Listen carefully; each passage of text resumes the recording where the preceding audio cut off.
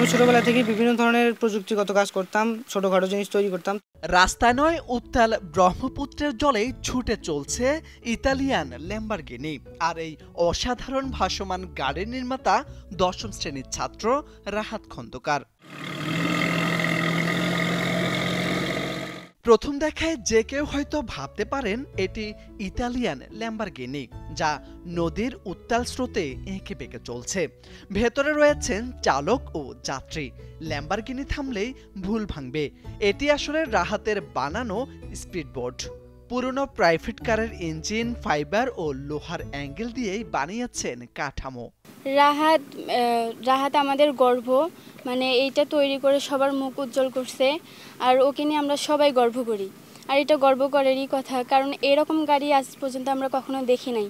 আর আমাদের নদীতে শুধু লঞ্চ, স্পিডবোট, আবার জাহাজ এগুলাই দেখছি। আর এরকম গাড়ি তো কল্পনার মতো, মানে কেউ আমাদের হয়তো বাংলাদেশে বেশিরভাগই এগুলো গাড়ি দেখার জন্য বাইরে দেশে চলে যায়। ভাসমান গাড়িটি ঘন্টায় ৮ থেকে ৯ কিলোমিটার বেগে চলতে পারে মাত্র ২ লিটার পেট্রোলে। বহন করতে পারে একসঙ্গে ৫ জন যাত্রী। নির্মাণে খরচ হয়েছে প্রায় ৫ লাখ টাকা। রয়েছে জরুরি সিগন্যাল ও নিরাপত্তা লাইটিং সিস্টেম। গাইবান্ধার ফুলছড়ি উপজেলার ১০ম শ্রেণীর ছাত্র রাহাত মাত্র ৯ মাসের পরিশ্রমে ইতালিয়ান ব্র্যান্ড ল্যাম্বরগিনির মডেল অনুসরণ করে এই স্পিডবোটটি বানিয়েছেন। অভাব, বাধা আর ঋণের বোঝা নিয়েই রাহাত তৈরি করেছেন এই উদ্ভাবন, যা দেখতে প্রতিদিনই ভিড় জমাচ্ছেন উৎসুক জনতা। দেশবাসীকে সবাইকে জানাই ক্ষুদে বিজ্ঞানী রাহাতের পক্ষ থেকে শুভেচ্ছা। এই বিজ্ঞানী ছোট থেকে বহুত কিছু আবিষ্কার করেছেন। তার ভিতরে এই যে একটি স্বপ্ন পূরণের গাড়ি ল্যাম্বরগিনি, যাহা পানির উপরে চলে আর কি, স্পিডবোটের নামে পরিচিত। এটি উনি দীর্ঘ ৯ মাস থেকে কাজ শুরু করে ৯ মাস পরে শেষ করে এই যে সফলতা অর্জন করেছে।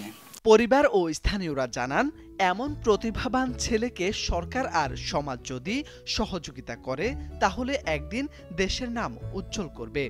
তো আমি ছোটবেলা থেকে বিভিন্ন ধরনের প্রযুক্তিগত কাজ করতাম, অনেক ছোটখাটো জিনিস তৈরি করতাম। তো হঠাৎ করে আমার মনে হলো যে আমি এই ধরনের যদি ছোটখাটো জিনিস তৈরি করি তাহলে আমি কখনো বিশ্বের সামনে আসতে পারবো না।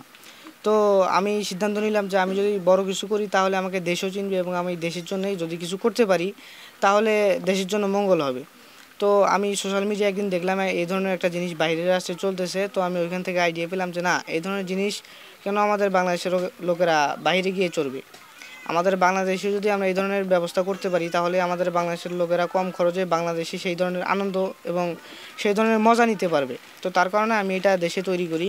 তো এটা তৈরি করতে আমার দীর্ঘ ৯ মাস লেগেছে। আমার বিভিন্ন ধরনের সমস্যার সম্মুখীন হতে হয়েছে। সবথেকে বড় সমস্যা হচ্ছে অর্থনৈতিক সমস্যা, যেটা হচ্ছে আমরা যেহেতু মধ্যবিত্ত পরিবার, সেই হিসেবে আমাদের কাছে সবথেকে বড় সমস্যাটাই হচ্ছে অর্থ।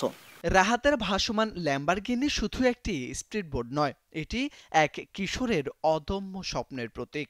সঠিক দিক নির্দেশনা ও সহায়তা পেলে হয়তো একদিন প্রযুক্তির বিশ্ব মঞ্চে জায়গা করে নিবে এই বাংলাদেশি উদ্ভাবক। মোরশেদ আলম, সময়ের আলো। ল্যাম্বরগিনি চালাই জানে ও